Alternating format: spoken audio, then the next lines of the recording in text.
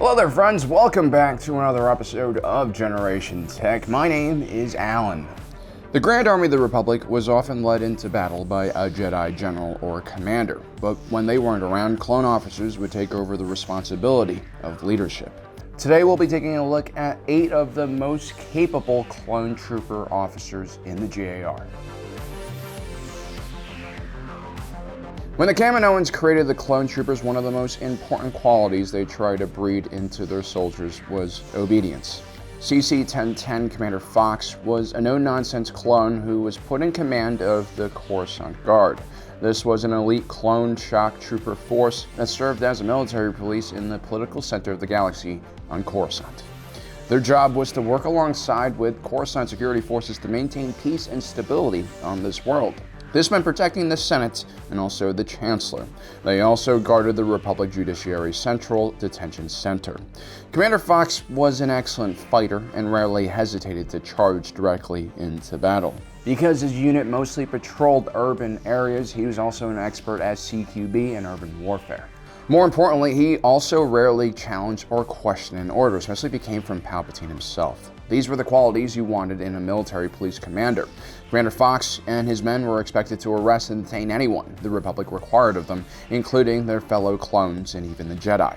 Commander Fox would take part in several important operations on Coruscant, including the arrest of Hutt crime lord Zero and the freeing of his hostage, Senator Padme Amidala.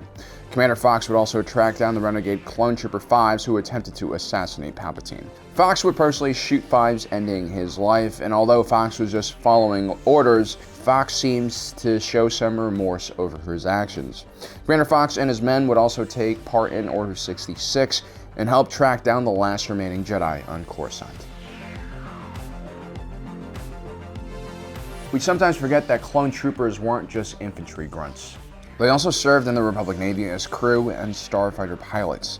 CC-2237 Commander Oddball was the leader of Clone Flight Squad 7, which was a part of the Open Circle Armada. Oddball was an exceptionally skilled pilot and had mastered flying the V-19 Torrent Interceptor, the BTLB Y-Wing bomber, and the ARC-170 long-range reconnaissance craft. This is quite a feat for a single pilot because usually they just stayed with one platform or one type of starfighter.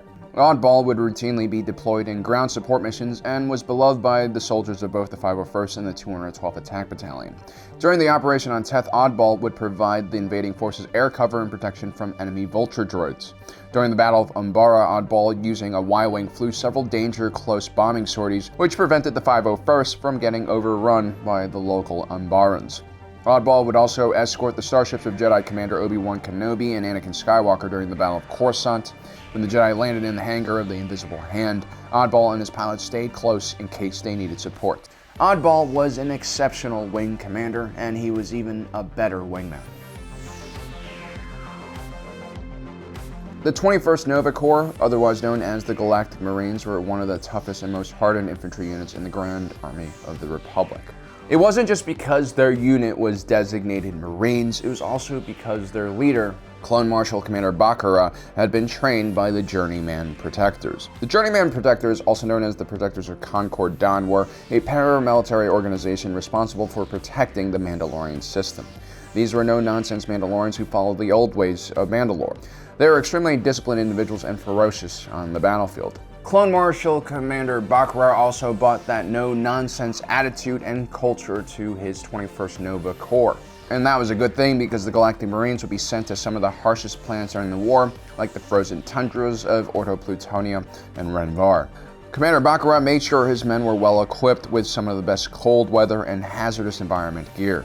The 21st would also be deployed alongside Ki-Adi-Mundi during the Outer Rim sieges at the Battle of Megiddo. Bakura's more militaristic personality did clash with Mundi's Jedi training, but this would all be settled during Order 66. CC-3636 Commander Wolf was in charge of the 104th Battalion's famed Wolf Pack Squad, who served under General Plo Koon. The Wolf Pack would be instrumental in some early Republic victories at Cormandy and also at the Siege of Hassan. They would then be deployed aboard the Triumphant as a part of a task force that was sent after the Separatist superweapon known as the Malevolence. The Malevolence would disable the Republic fleet with one shot from its massive ion cannon, and the entire Wolfpack unit would be destroyed afterwards. Only Commander Wolf survives this incident.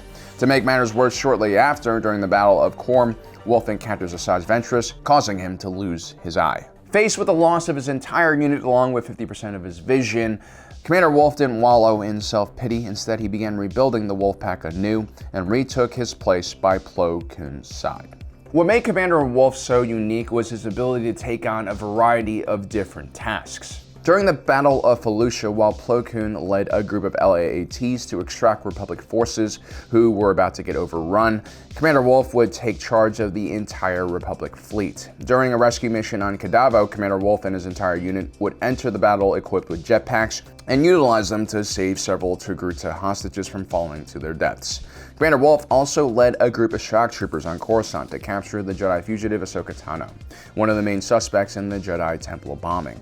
And finally, during the Jedi rescue mission to the Citadel, Commander Wolf and his men would pilot ARC-170 starfighters and help extract the rescue team. It's very impressive that Commander Wolf would be able to take on so many different tasks within the GAR. It's not surprising that Commander Wolf somehow managed to also avoid Order 66. He's also one of the few clones who was able to remove his inhibitor chip. On a side note, I think Commander Wolf is probably one of Dave Filoni's favorite clones. Dave Filoni loves wolves, and he's the one who personally designed Wolfpack, and I think he spends a lot of time like redesigning their armor for each season. That's pretty cool.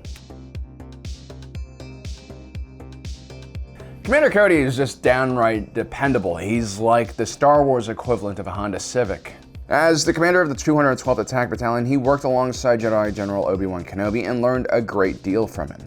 The 212th and Commander Cody would be deployed in almost every major battle in the war, ranging from the Second Battle of Geonosis to the Battle of Umbara. While Commander Cody was a very skilled combatant, he truly embraced what it meant to be an officer. He was a strategic and tactical genius and helped implement many of the plans devised by his Jedi commanders. Commander Cody and the 212th Attack Battalion routinely fought with combined arms tactics, which required a great deal of coordination between infantry units and fire support. Commander Cody would also be responsible for devising many of the codes and emergency protocols used by the GAR and later adopted by the Empire. He was also a strong supporter of Clone Force 99 and other Special Forces units. No other clone commander was better at finding the right tools for a mission and then seeing that mission to its fruition. ARC Trooper Captain Rex of the 501st Legion is probably one of the most famous clones in the entire GAR, and for good reason. He was essentially Anakin Skywalker's second in command, and like Commander Cody, involved in almost every major battle in the war. Captain Rex was a terrific soldier and officer who's extremely intelligent and an emotionally mature clone. He was able to embrace his own individuality, but at the same time, he was extremely loyal to the GAR. Captain Rex was an extremely sophisticated clone. He didn't just follow the rules or his orders all the time. A lot of times he used his own personal judgment. When he meets Cutlu Quain the deserter on Salakamai, instead of trying to turn him in, Captain Rex listens to his story and eventually understands his point of view. During the Battle of Umbara, Captain Rex is forced to serve as an intermediary between Jedi General Ponkrell and his own men.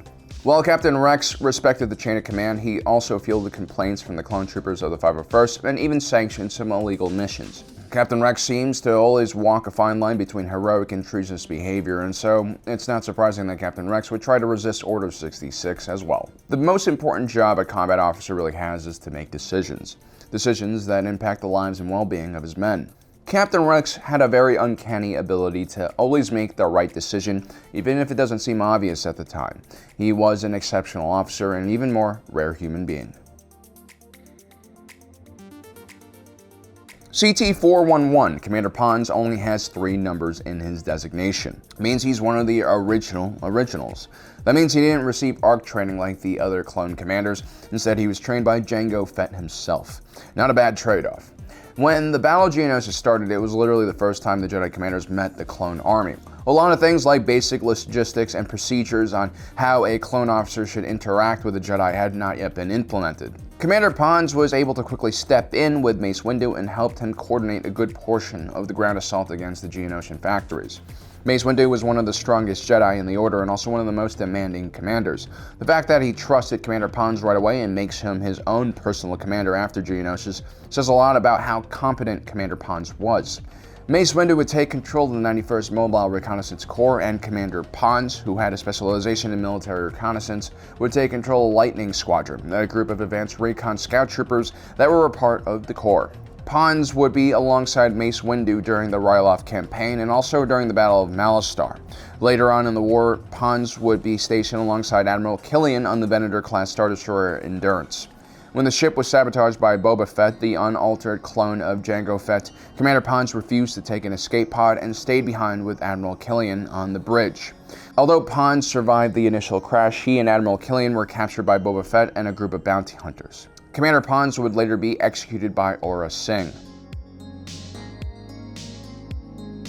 We don't know what Captain Keeley's official number is, but that doesn't really matter. What does matter is that as an ARC trooper, Captain Keeley was not only extremely brave, but also tactically quite brilliant. Facing extremely terrible odds, Captain Keeley would be deployed alongside Jedi General Ima-Gun-Di on Ryloth during the opening days of the Clone Wars. The Separatist forces greatly outnumbered the Republic and their Twi'lek allies, and a blockade over the planet cut off any potential for a resupply or reinforcements.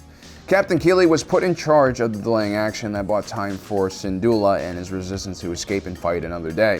Ultimately, Captain Keeley and Ima-Gun-Di would be gunned down by the Separatist forces, but they bought just enough time to make sure all of the Twi'lek refugees made it out safely. So there you have it, guys, 8 examples of what a terrific clone officer should be. Let me know in the comment section below if I've missed any of your favorite clone officers. I'm sure there are a few more out there that deserve to be on this list. Don't forget to subscribe and hit that notification button down below so you don't miss out on the rest of our awesome content. As usual, thanks for joining us today. If you're watching this, you are Generation Tech.